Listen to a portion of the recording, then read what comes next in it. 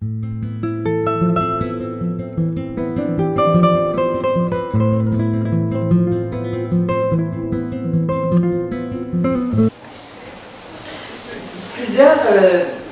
enseignants contemporains ou même qui ne sont plus là utilisent égo et mental comme des synonymes. Pour moi, il y a une évidence que ce n'est pas la même chose. J'ai un petit peu parlé hier du mental, de ses fonctions, de ses aptitudes.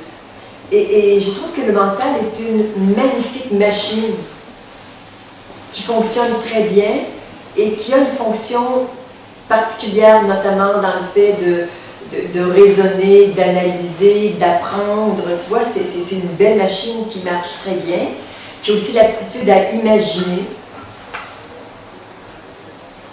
Ça, c'est le mental fonctionnel. Il y a aussi le mental égotique, qui est quelque chose de différent, qui lui est complètement sous la gouverne de l'ego. Et c'est toute cette construction mentale que lorsque la conscience voit tout ce cinéma, ça a tendance à s'effondrer. Alors, le mental égotique s'effondre, mais le mental fonctionnel continue ses opérations parce qu'il travaille très bien. Et si le mental est un serviteur et une machine extrêmement puissante et sophistiquée, l'ego, c'est vraiment l'identité je. C'est une création mentale, ce je est une création mentale.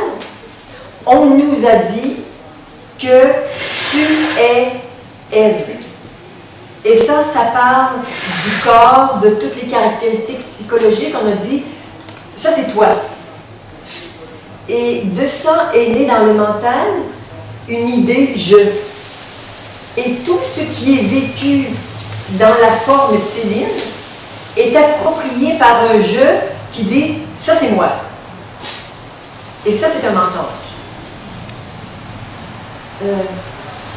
C'est le mensonge de l'ego, qui a une vie complètement autonome et séparée du reste, notamment séparée de la source, séparée de l'âme, qui tente de faire cavalier seul et de faire ses petits trucs à sa façon. Je vais m'en sortir. Alors, l'ego a comme particularité d'être vraiment une identité, alors que le mental est un outil extrêmement puissant. Mais quand on n'a pas de maîtrise en regard de cet instrument puissant, ben c'est comme conduire une Ferrari. Si on ne sait pas bien conduire à 200 à l'heure, il nous arrive ce qui nous est arrivé en tant qu'humanité, c'est qu'on fait un peu n'importe quoi. Mais c'est nécessaire de faire un peu n'importe quoi pour apprendre les limites de cette machine-là, comment elle fonctionne et jusqu'où elle peut nous conduire. Alors, l'ego, c'est vraiment une identité, bien sûr construite mentalement, et je vois régulièrement des gens qui n'ont plus d'ego, ou qui ont très peu d'ego, mais qui ont un sacré mental.